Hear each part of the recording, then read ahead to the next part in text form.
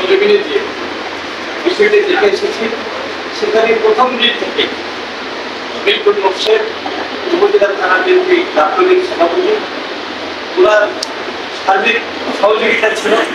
Local union বিএনপির যে সভাপতি সোহেল ছিলেন, তার মাধ্যমে এবং অন্যান্য যুবদল ছাত্রদল যারা ছিল, সর্বক্ষণিক যে পাহাড়ের ব্যবস্থাটা তারা করেছেন।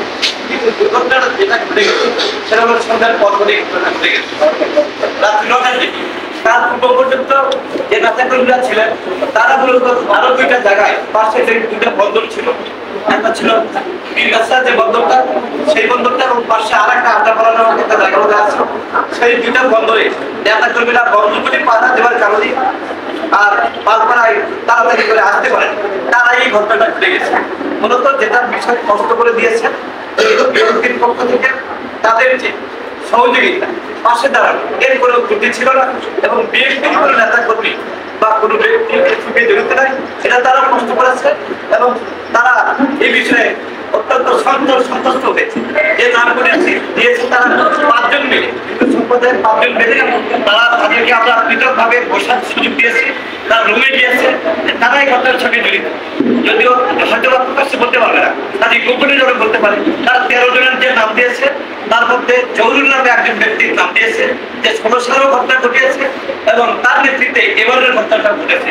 আমরা আইনানুগ ব্যবস্থার জন্য উচিত সাহেবকে করবার জন্য চেষ্টা করবো ইনশাআল্লাহ, এবং এসপি সাহেবকেও বলবো যে সংখ্যালঘুদের এই যে লুটপাট হয়ে গেল, চুরি যেটা হয়ে গেল, তাদের মালামাল টাকা পয়সা যেটা সোনাদানা যেটা লুটপাট করে গেছে, তাদের ব্যাপারে যেন আইনের ব্যবস্থা নেয়, সেই জন্য আমাদের সর্বাত্মক উদ্যোগ থাকবে। এই বলে অনেক বক্তব্য শেষ করছি। আসসালামু আলাইকুম।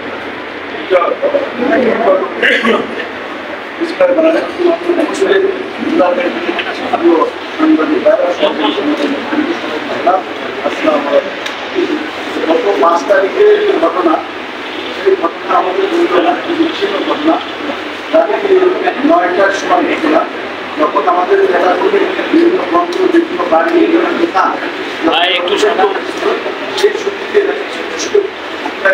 তারা সেখানে হামলা চালাচ্ছে। যে হামলা শুধু 5 তারিখে না, 16 তারিখেও তারা সেই হামলা চালাচ্ছে।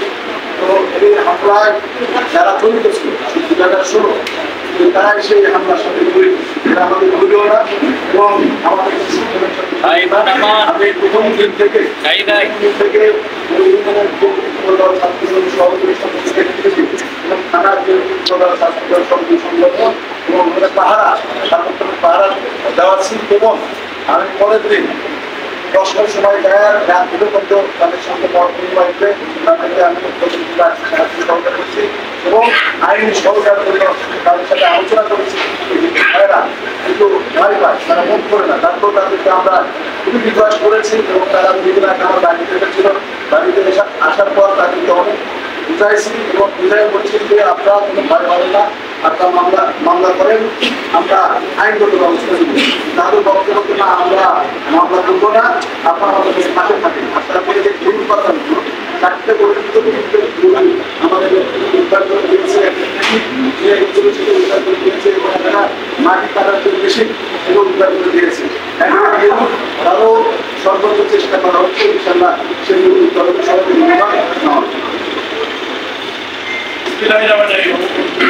আজকের এই সাংবাদিক সম্মেলনের